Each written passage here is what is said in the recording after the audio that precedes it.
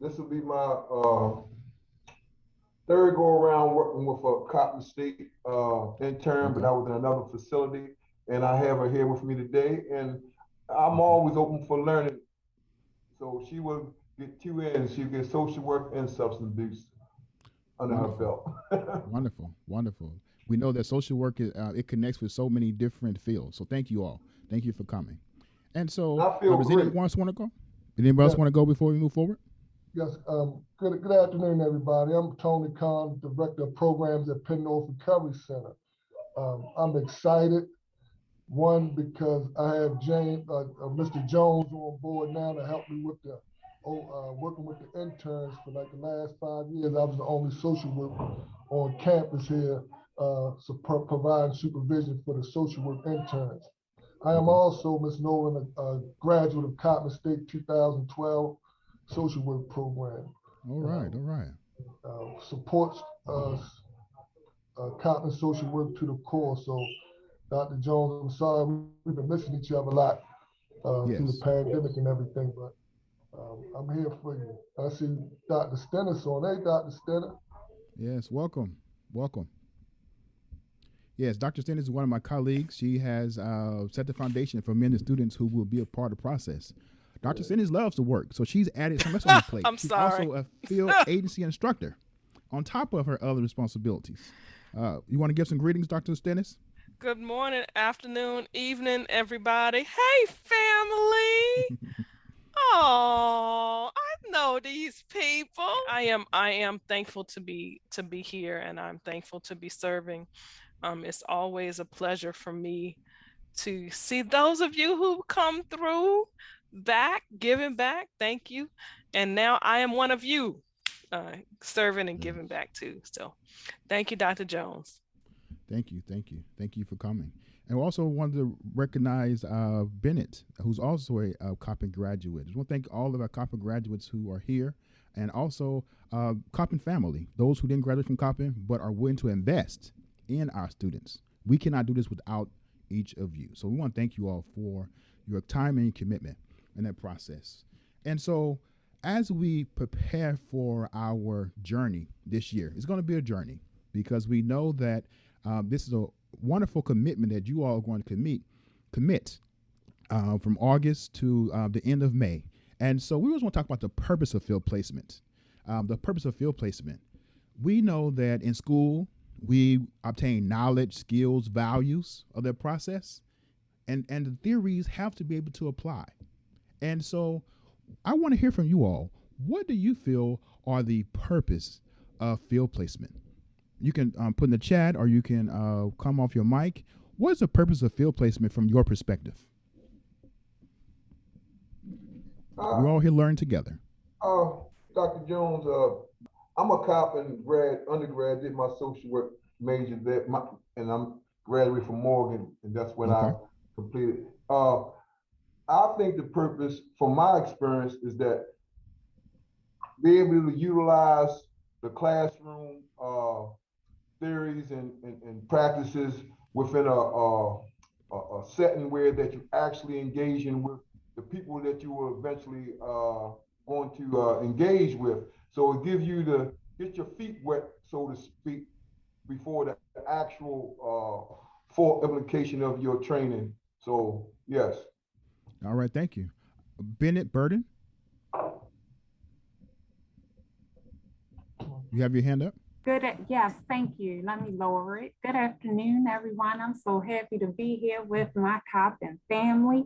Um, Dr. Jones, from my perspective, in addition to what Mr. Jones just said, um, just providing the student with a generalist practice experience so that they can engage with individuals, groups, and families in different professional settings where they can apply the stuff that they're learning in the classroom, discuss different theories and topics that could apply to the needs and issues that they're seeing within the work.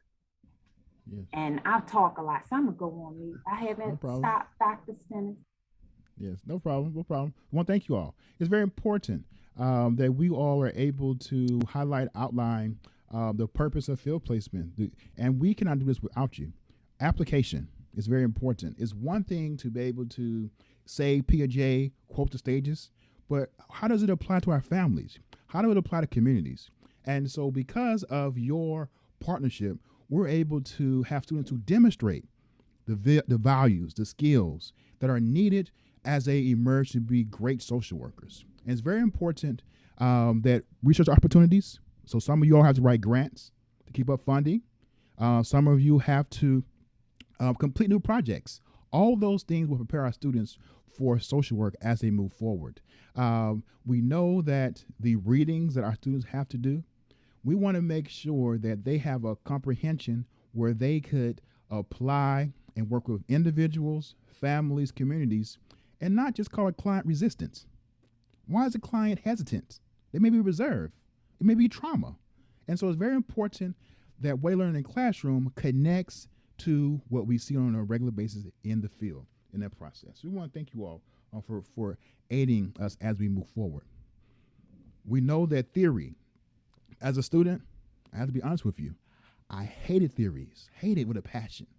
But when I was able to understand that I have biases, I'm not sure if anyone has biases on the line, but I have biases. But using a theoretical framework will allow me to look at it from a different perspective.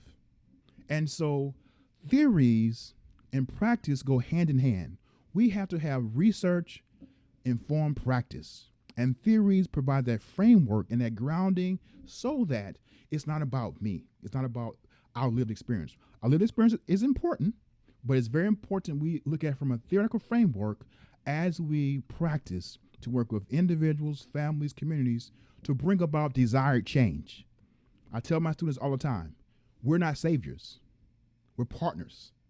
And when you understand that you're not a savior but a partner, you can sleep at night.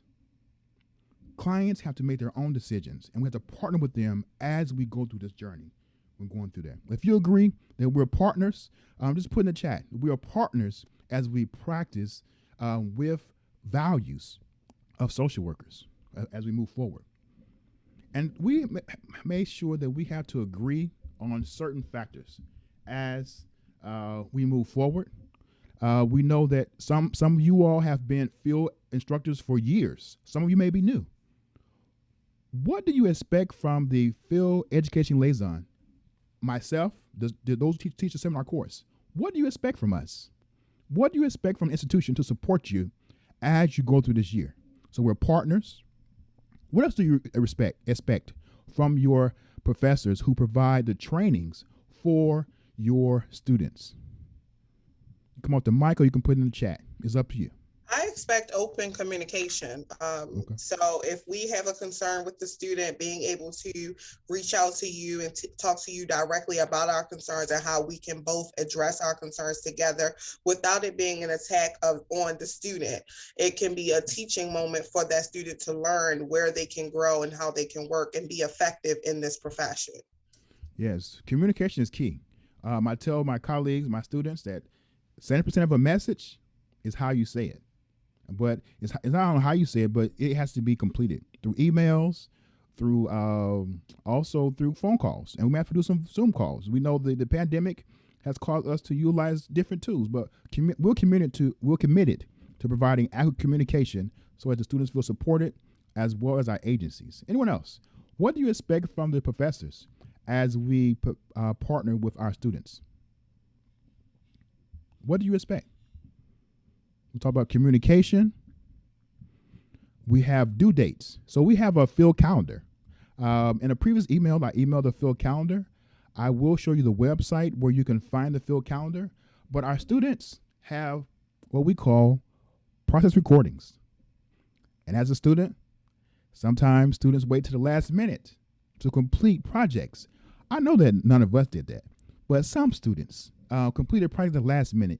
And so our students have to give you at least 2 to 3 weeks ahead of time. If something's due, they should let you know ahead of time so that you can assist in that process. And also, we have to be flexible. I see you flexible in that process. Yes, we have a due date, but if a student has committed to provide the documentation and I receive an email from the agency, we have a new process going on, we have a visitation, please give me an extension. We will work with each of the agencies. but we have to make sure that we have communication in that process. And yes, we will be flexible in that process. And like you, we do have mandates. We do have requirements that have to be completed each semester, but we will have an open line of communication to make sure needs of the agency are met as well as the students. And so we have a field calendar outlining the assignments. And most importantly, we have a midterm and we have a final evaluation we'll talk about a little later that should be completed by the agency as students move forward. What do you expect from the students? Dr. Jones, I have a question pertaining to something you just said about having some flexibility. Okay. With them emailing you, is there a certain time frame? Because if a paper is due on September the 30th and you're sending me an email on September the 29th saying, you know, I forgot or I had poor planning, I'm not, how much flexibility are we offering? Because that time frame has already been set. Are we offering, say, a 2-day extension where you need to communicate at least 48 hours in advance before the deadline? Or are we just saying as long as you communicate, you'll get a pass? I told my students, my colleagues, they were my emerging colleagues, give you all 2 weeks. They should not email you something a week ahead of time, a day ahead of time. A week is a little flexible, but if they email you 24 hours, you can be nice like me, as I was a field instructor once and I would just do it, but they should respect your time. They should email you 2 weeks ahead of time, a week the latest, if assignments due. And so we cannot expect everyone just to stop because they have assignment due. I remember one of my roommates, I would run to his room because I run out of ink all the time. He would say, emergency on your part, Gary Jones, is not emergency on mine. And so we have to remind our students that they have to plan. If you don't plan, you plan to fail. And so it's very important our students respect your time and prepare at least 2 weeks ahead of time with any assignments to do. We try to make sure that they didn't have too many assignments. We have one process recording for the fall semester. We have a reflection. We have a learning contract. And so outside of the learning contract, we only have the evaluation. So we didn't want to burden down the field agencies. And if there's an issue with anything, I am always available as well as the field education liaison. We want to make sure that your time is utilized to give feedback to our students. And so the process recordings that we provide is just to give feedback, how they're doing, and areas of growth and areas of concern. But yes, that was a good question. We want to make sure that the student will be penalized if they do it the last minute. And so I tell my students documentation. If you email the agency 2 weeks ahead of time, we'll work with you. But if you email your agency 24 hours, that's something that you have to work on. And prepare them for life after Coppin State University. We want to make sure that they continue to excel in that process. So thank you for that question. Any other questions about students? Okay, all right. And so we want to make sure that communication is taking place and everyone respect one another's time as we go through that process. And so we want to look at, again, this is about students. And so some of these areas we have already touched, but they know when things are due, how things are due, and it's all about communication in that process. Students as well as the agencies, if someone were to leave, someone wants to change, please let us know. In the past, one agency, the students just stopped coming. But it was after the field placement visit. So we wasn't aware of that. The student came to class, signed the documents, as if all was well. But if any changes, please let us know. The student as well as the placements, please let us know so that we can partner to make sure that we can support our students and the agency in that process. All of our students has to complete a total of 480 hours. You heard me, 480 hours over the entire semester. And so that breaks down to 240 hours in the fall and 240 hours in the spring. That's a lot. That's a lot of time and investment. And so when our students say where are they at and what's expected of them, they are expected to complete 240 hours every semester in that process. I'm going to show you the timesheet at this time. This timesheet should be signed by the agency. The student can sign, but it's not valid. Like if you go to the notary, if it says notary needed, the notary stamp has to be there. So if we don't have your signature, this is null and void. And so we have created a document where it can be typed. If you're familiar with Adobe or other things, you can do electronic signature. But our students have been informed that this document has to be signed by the agency. And we want them to submit it every month. And so the semester just began. So the end of September, we want them to submit September's timesheet in next month to their professor. Every month they should submit this, and it should calculate a total of 240 hours for the first semester. All these documents are on the website. I will show you at the end of our session, but it's very important that your signature is on these documents. And we will communicate, because we know that if things happen where you have to work on how to use the electronic signature, we can also just have a regular signature. But the students are expected to learn how to upload each document and send it to their students. It's not your responsibility to send it to the professor. Students' responsibility. We all need your signature just to verify. We believe our students. We want to verify that process as we look at our hours for our students that we're working with. And so this is why we're here. Demonstration. An opportunity where our students can engage, connect, and partner with diverse populations. We know that we have the League of Baltimore, who are connected to different agencies. We have substance abuse. We have Meals on Wheels. We have University of Maryland. We have a number of agencies. And so we want them to be engaged in practice.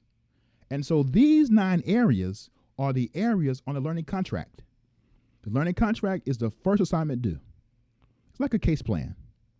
I remember as a caseworker, I would do my case plans all by myself, not with my client.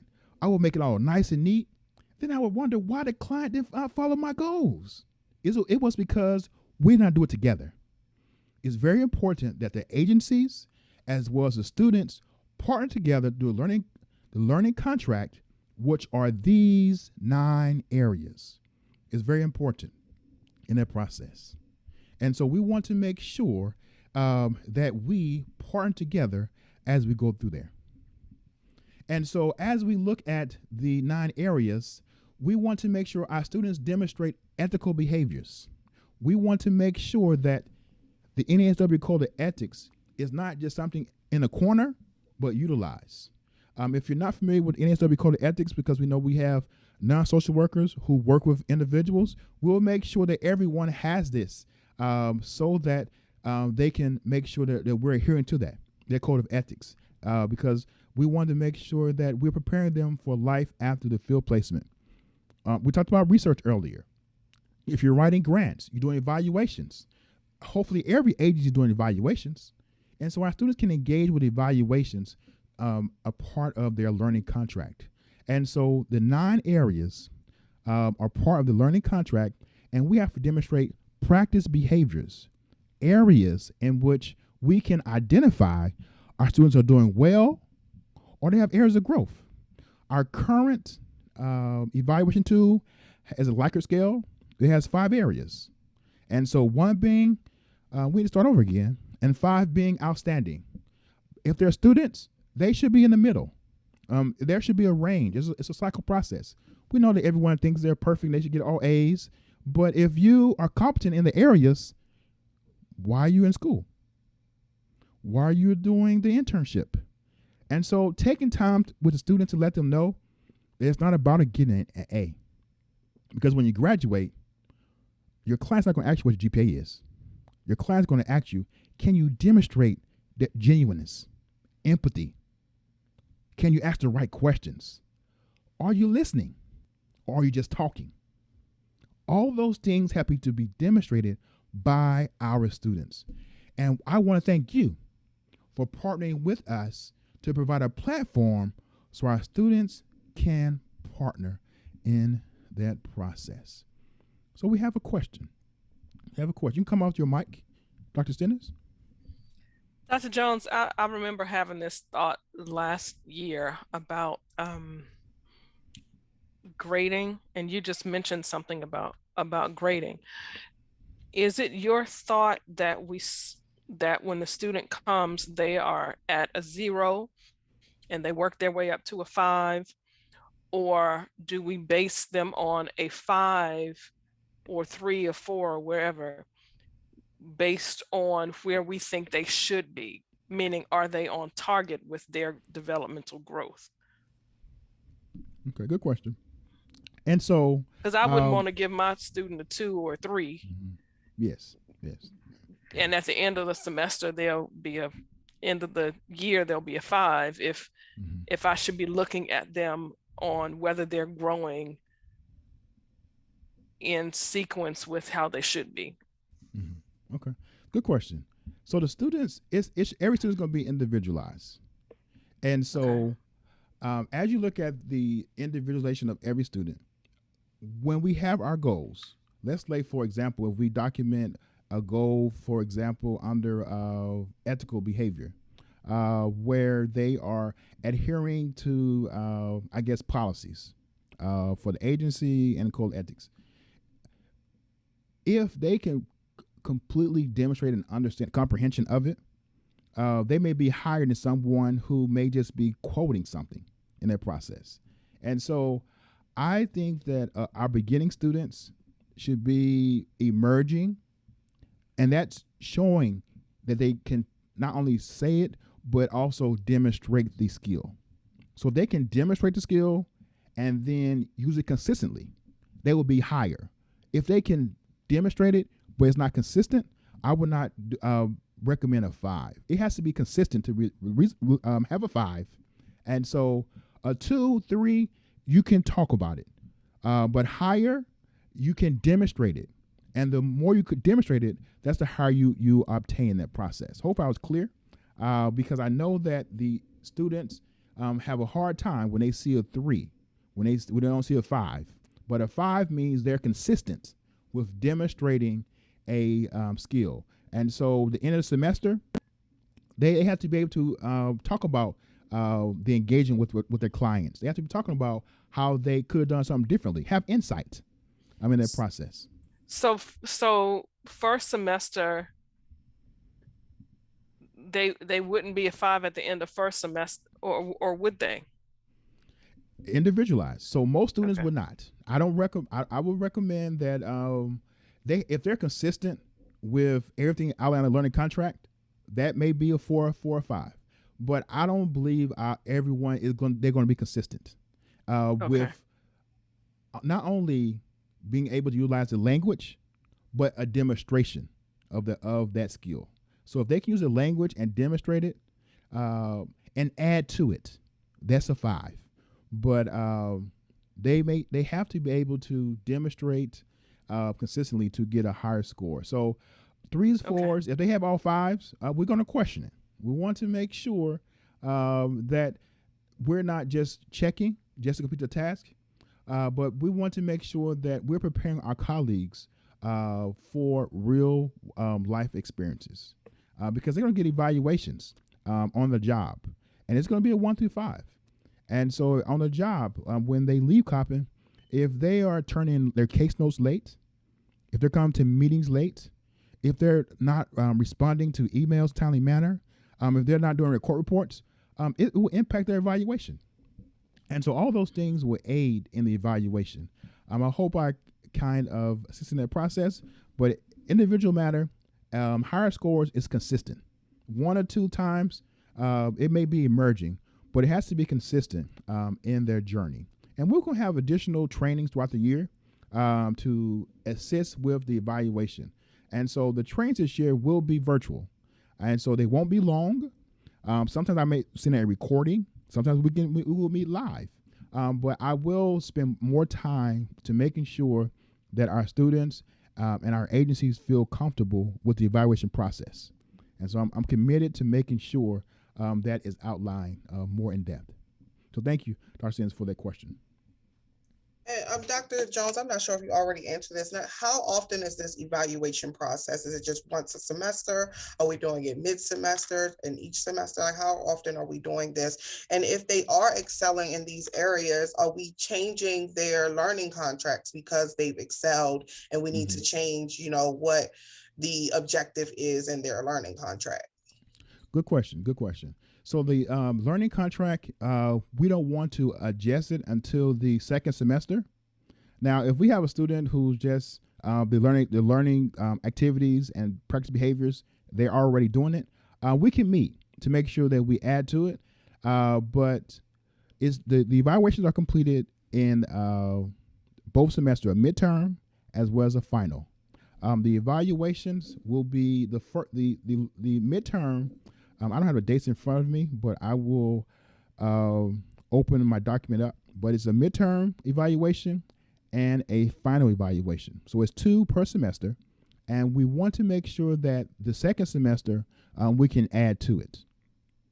And so it's two evaluations, midterm and a final. And the learning contract guides that evaluation that you're going to complete with our students. So good question. I'll have the dates for you, but they're in the calendar. The midterm and the final evaluation. One, I believe, is due October, and the final evaluation is due in December at the end of the semester in that process. Thank you. Any other questions about the evaluation?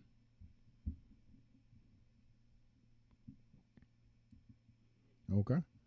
And so on the learning contract, these are areas in which you will document practice behaviors, things that we will see our students doing. And we will give feedback. We will give honest feedback on how they are utilizing your feedback, your expectations. For example, I remember assisting a student with a group, and the student generally did not wait for the members to engage. And so during our seminar, our supervision, one of the recommendations was to work on listening, waiting, pausing, using skill of silence. And so the students still did not demonstrate that. And so we came back again and stated that in order for you to move forward in this area, you have to input the feedback. And so it's very important that every student has an hour of supervision, probably have more, but a minimum hour. And at that time, we want to make sure that the areas of growth and things they're doing well is provided to our students as we go with them in that process. This is a document, the learning contract that I was talking about, the practice behaviors. It's in the third column. The third column is the area in which you would document the practice, activities, and behaviors. You can type on this document, you can handwrite it, but before you type on it, but the student and the agency are expected to go through this document to outline the practice behaviors, what will be done in the areas that you're working on. And so we have advanced human rights and social justice. You may be doing a project. You may be doing a seminar to address inequity in your community. So it may be an activity that you outline here. And the midterm for that activities will be here, and the final will be here in that process. And so we want to make sure that the learning activities, which are just practice professional behaviors, are outlined with the student. The students also have a textbook. The textbook also give examples of things they want to do, but every agency will be different. Some of you are community based. Some of you may be with individual based. And so the type of specialization of population you work with will determine the activities that will be noted in the learning areas in that process. And so the learning contract, we want to make sure that's completed with the student and the agency. All of these documents can be found on our updated website, but I will email these documents to all the agencies. Before 5 p.m. today, I will make sure that everyone who's a field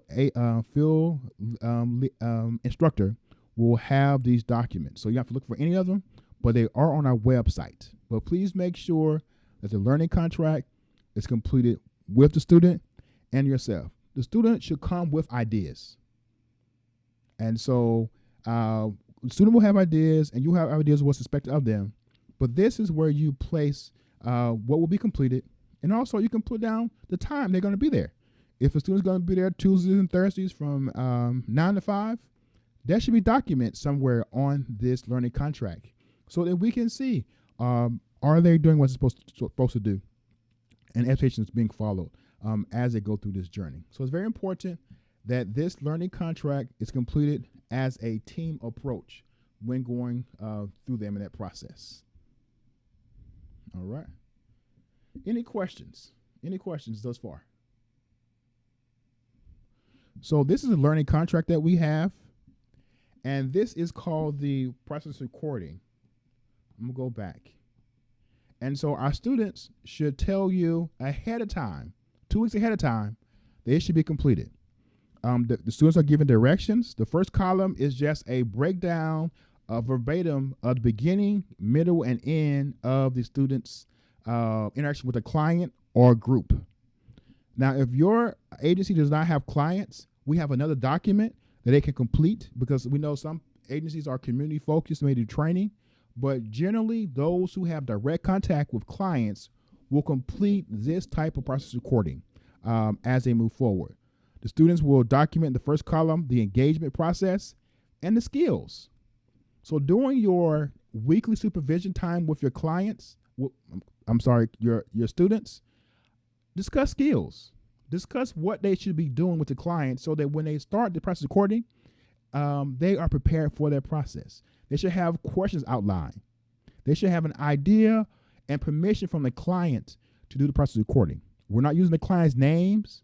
We're doing fictitious initials for confidentiality.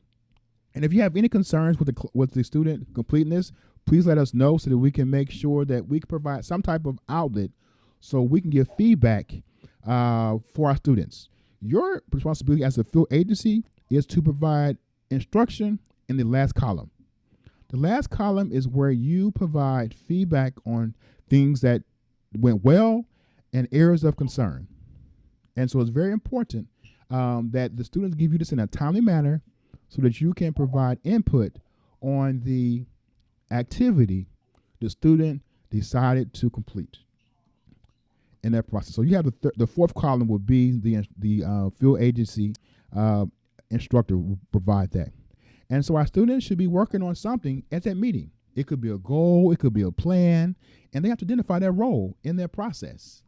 And any comments or questions can be also documented in this form that we're working with. So it's very important that our students provide this to you a minimum 2 weeks ahead of time so that they can give feedback as they emerge as scholars. So, Dr. Jones, quick Yes. question. Will our clinical supervision, James and I get supervised from our clinical supervisor, will her participation, with our intern participation in that, could that be used as a process recording? Participation in the groups? And the group supervision. So the group supervision, they will be interacting with clients? No, the group supervision that we do for our social workers. So the group supervision, will that provide the hour supervision they need per week, you're asking? Yes. A group? Yes. So it could be a group or it can be individual. But what I'm saying is the LMSWs here at Penn North have supervision with the LCSWC. Okay. So her participation or observing, being a part of it, could that be used as a process recording? So that would be a last alternative We would like for them to have client contact. Okay. They could be a part of any type of rounds or clinical supervisions, but we want them to have direct client contact. They can observe client contact if they're able to engage with clients the first semester, but we want them to have direct contact to be a part of process recording. I hope I answered your question. Yep, Sorry. sure did. Okay, so direct client contact, we want for that, but students can be a part of any type of seminar and supervision to aid in their journey that they move forward with for that. And so as we continue to discuss the team, we want to make sure that you feel like you're supported by the professor who we call the field education liaison. We will have open line of communication. We will help with the evaluation. And we want to make sure that any questions are answered. We have a question in the chat. For the first semester, we only have one process recording for each student. We have one process recording for the first semester. And second semester, our students have a capstone. This capstone project is about the agency. And so the students should not come to you in April. They should come to you around February and start talking about this capstone project. They don't know about it. They know about it, but it's not until the second semester. And so I just wanted to make sure that the first semester, we only have one process recording. Second semester, one process recording. So we only have one per semester at this time. And so we're going to try it out to see if that works for the agencies and the student as they move forward. Any additional questions about the process recording, timesheets, or the learning contract? Any questions? Any questions about the learning contract, the timesheets, or the learning contract? And as field agency instructors, we need your support. We want to make sure that the students know when you're available. We know you're not available 24/7, but they should know the day you meet or the time they meet so that they feel supported in their process. And so if a student is not doing their part, feel free to sit down with them one-on-one. But then bring in the field education liaison to discuss next steps. We want to prevent students not progressing. Just because a student goes to the field placement does not mean they're going to pass. They have to demonstrate the skills. They have to complete homework assignments. They have to engage in the classroom experience as well as the field placement experience. So we want to make sure that we are a team. The field instructor, the school will do the final grade, but we will need your inputs to make sure that we can see a demonstration of the areas in which we expect our students to move forward with. And so your support, your time, your feedback, and any suggestions. I have thick skin. If there are things that we could do better to prepare our students, please let me know. I am not above answering any questions. If you have concerns on how we can support you, please let us know. You can call, you can email, but we want to make sure that our students are prepared to work with individuals, families, and communities, engaging policy in their process. Any questions? Any questions or concerns? Yes. In the chat, I sent in the chat my email address just in case you don't have it, so I can get that packet. Okay. Thank you. So yes, we'll make sure that we have an email addresses. Those who register for the session, we will make sure we have that. But we will make sure we save the chat so that we can give the packet to everyone who attend the training. And if you have any further questions about the packet that you receive, this is not just a one-time training. We are here the entire semester.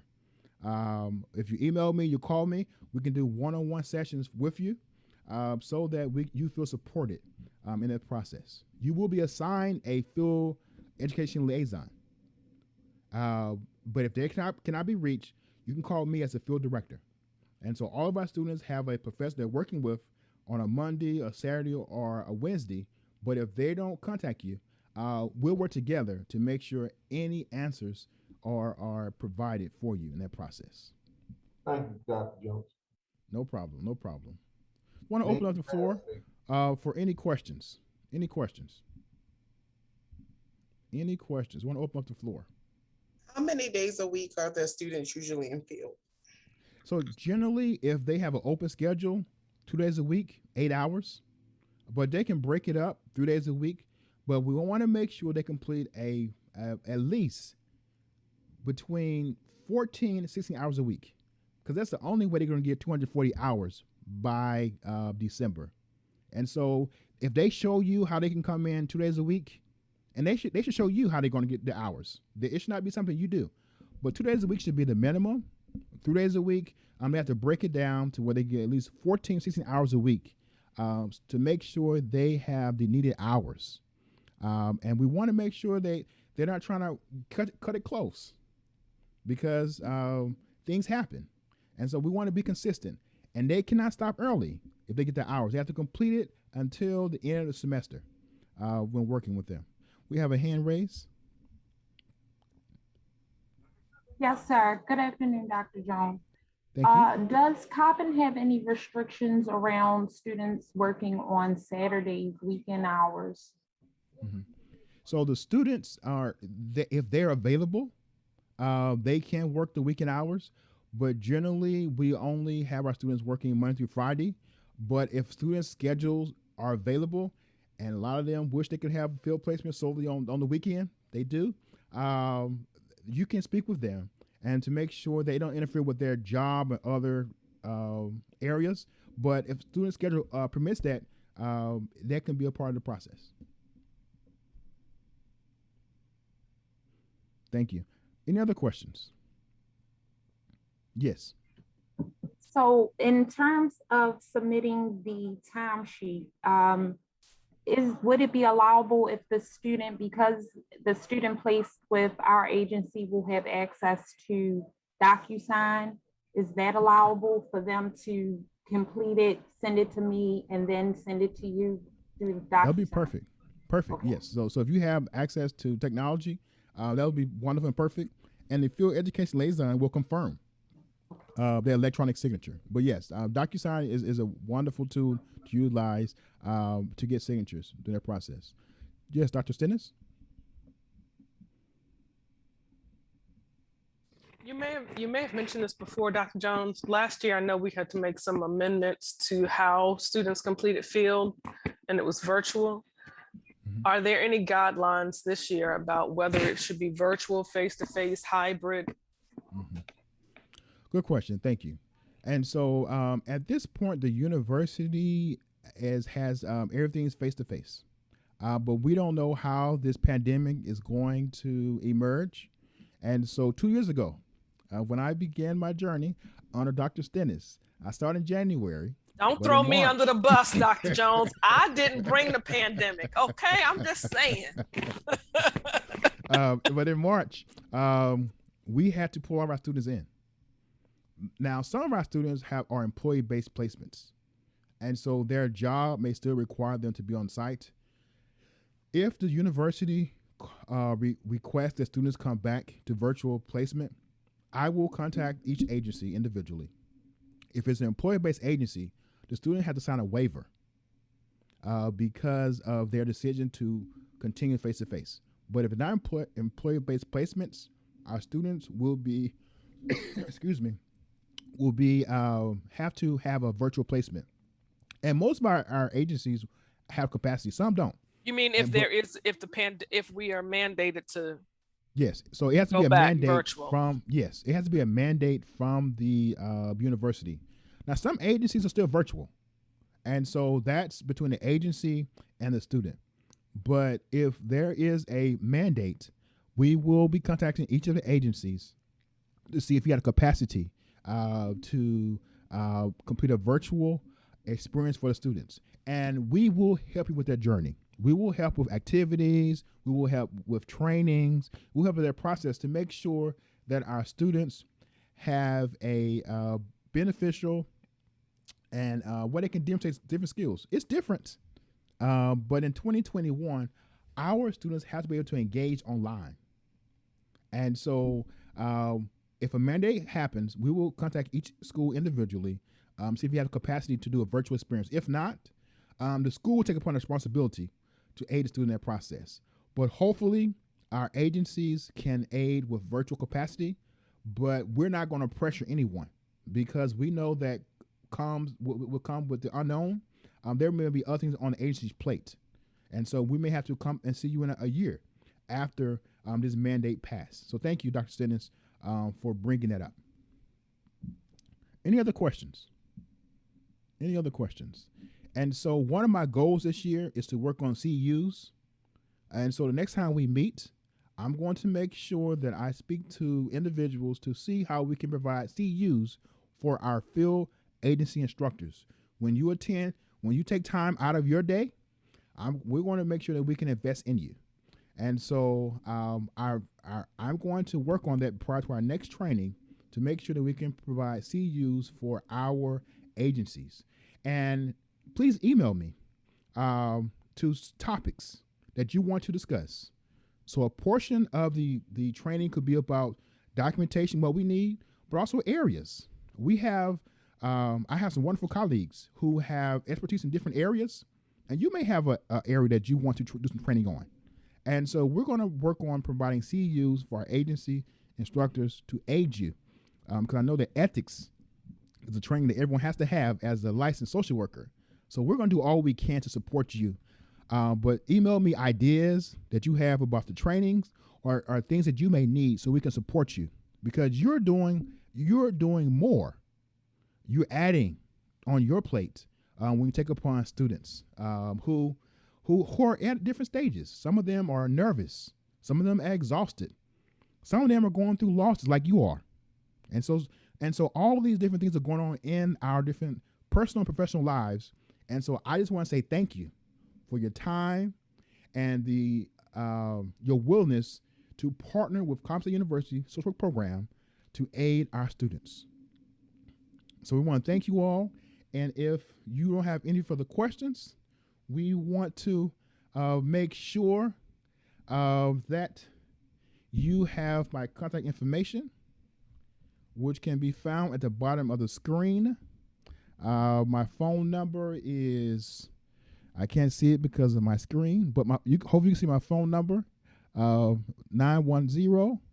I can't even see. It is, let me raise up my screen so I can see it, so I can see my screen. But please call me at 410-951-3537, or you can always email me at gajones@coppin.edu. I work fast with email. I won't respond if it's midnight, but I will see it. I just won't respond to 8 a.m. unless it's an emergency. But email or phone call, because I want you all to know that I need your support. So if you email me within 48 hours, we will make effort to respond. And so I just want to thank you. Any further questions? Any further questions? So how was our time together? If you had to rate it a scale of 1 to 5, how would you rate in the chat? Just put a 1 through 5 if you had to put in the chat. Rate it. We're going to send an evaluation to see what we can do to continue to make sure your needs are met in that process. Thank you all. Thank you. Thank you.